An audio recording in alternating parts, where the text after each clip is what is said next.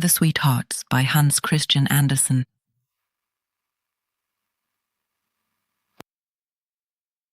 Narrated by Miras Echo.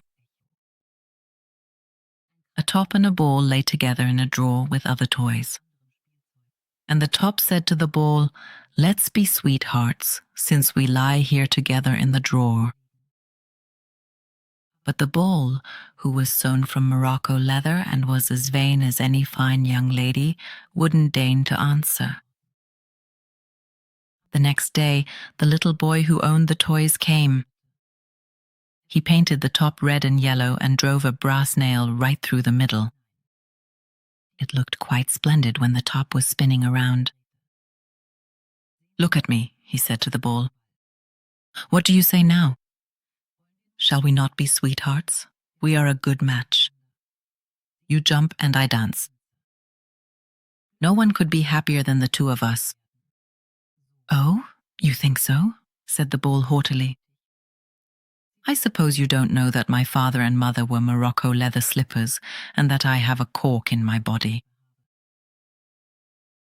"Yes, but I am made of mahogany," said the top proudly, "and the town magistrate himself turned me.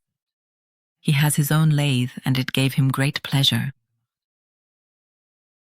"Can I be sure of that?" asked the ball. "May I never feel the whip again if I am lying?" replied the top. "You speak well for yourself," said the ball, "but I'm afraid I cannot. I am as good as promised to a swallow. Every time I fly up in the air, she pokes her head out of the nest and asks, 'Will you?' And now in my heart I have said yes, and that is as good as a half engagement. But I promise I shall never forget you." "Yes, that will help a great deal," said the top. And so they spoke to each other no more. The next day the boy took out the ball. The top watched as it flew high into the air, just like a bird. At last it could no longer be seen at all. Each time it came back again, but it always gave a high leap when it touched the ground. And that was either from longing or because it had a cork in its body. But the 9th time, the ball stayed away and did not come back. The boy searched and searched, but it was gone. "I know very well where she is," sighed the top. "She's in the swallow's nest and has married the swallow." The more the top thought about it, the more he became taken with the ball. His love grew precisely because he couldn't have her, and the fact that she had taken another, that was the peculiar part. And the top danced around and purred, but he always thought of the ball, who grew more and more beautiful in his thoughts.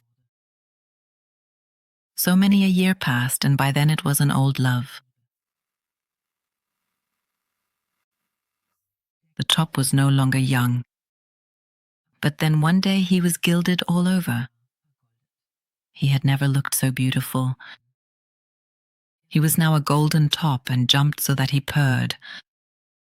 Yes, that was really something. But suddenly he jumped too high and away he went. They searched and searched even down in the cellar, but he could not be found. Where was he?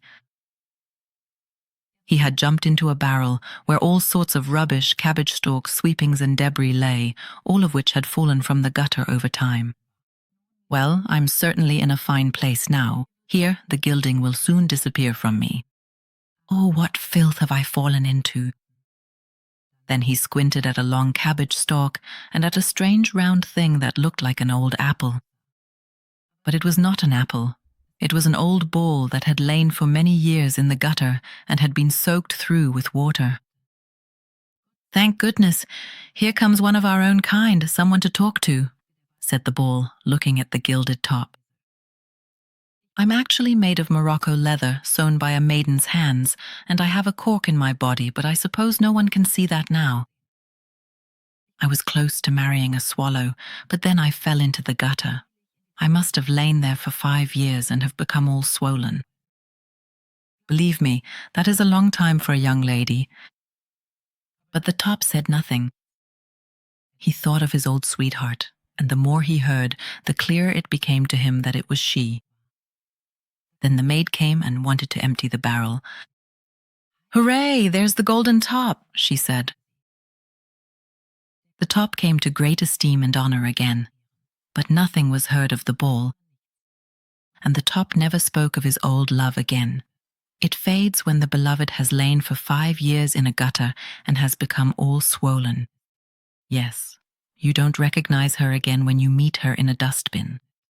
That's how it is with some great loves. As long as it shines, you dance around it like the most beautiful spinning top. But when the lacquer is gone, you can hardly recognize it. Great love sometimes has a surprisingly short memory.